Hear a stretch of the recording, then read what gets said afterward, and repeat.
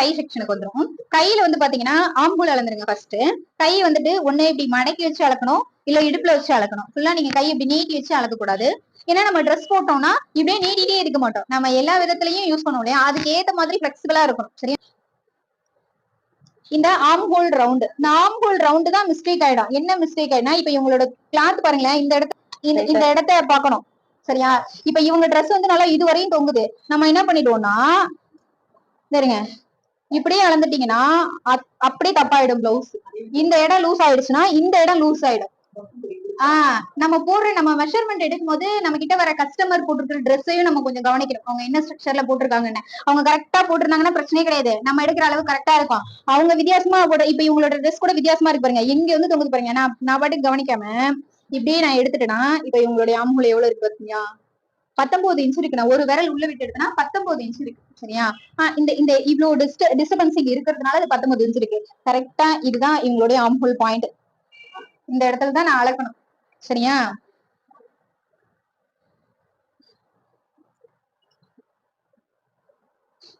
பதினேழுதாங்க இருக்கு. கையை ஒரு ஒரு விரல உள்ள விட்டு அளந்திருக்கேன். இவங்களோட ஆம்பூல் பாயிண்ட் எவ்வளவு இருக்கு? 17 தான். புரியுதா? முன்னாடி அளந்தப்ப எவ்வளவு இருந்துச்சு? 19 இன்ச். இப்ப நம்ம அளக்கும் பொழுது இந்த இடத்துல ஏதாவது துணி போய் நல்லா கவிக்கிட்டு நல்லா கொத்தா இருந்தாலோ ஏதோ சம்திங் டிஸ்டர்பன்ஸ் இருந்துச்சுன்னா அந்த ஆம்பூல் பாயிண்ட் நம்ம அளக்குறது வந்து மாறிடும். அதனால அந்த இடம் அளக்கும் போது நீங்க கவனமா அளக்கு. இது பாத்தீங்கன்னா இப்ப ஆம்பூல் அளந்தாச்சு. கையினுடைய உயரம் எவ்வளவு வேணும் உங்களுக்கு? கையே நான் எல்லாருக்குமே இப்ப நம்ம ஷார்ட் ஸ்லீவே வச்சுக்கலாம். ஷார்ட் வந்து 5 வைக்கிறேன். சரியா? 5. இந்த இடத்துல 5 எங்க முடியுதோ, 5 இன்ச்சு எங்க முடியுதோ அதே இடத்துல அப்படியே சுத்தி இந்த கையினுடைய சுற்றளவு வளர்க்கணும். எவ்வளவு? 13. இப்ப இந்த கை அளக்கும் போது நீங்க ஒரு விரல் உள்ள விடணும்னு அவசியம் கிடையாது. சரியா? அடுத்து பாத்தீங்கன்னா உங்களோட கேப் அளவு கண்டிப்பா அளக்கணும். கை அளக்கும் பொழுது கைக்கு என்ன தேவைப்படும்?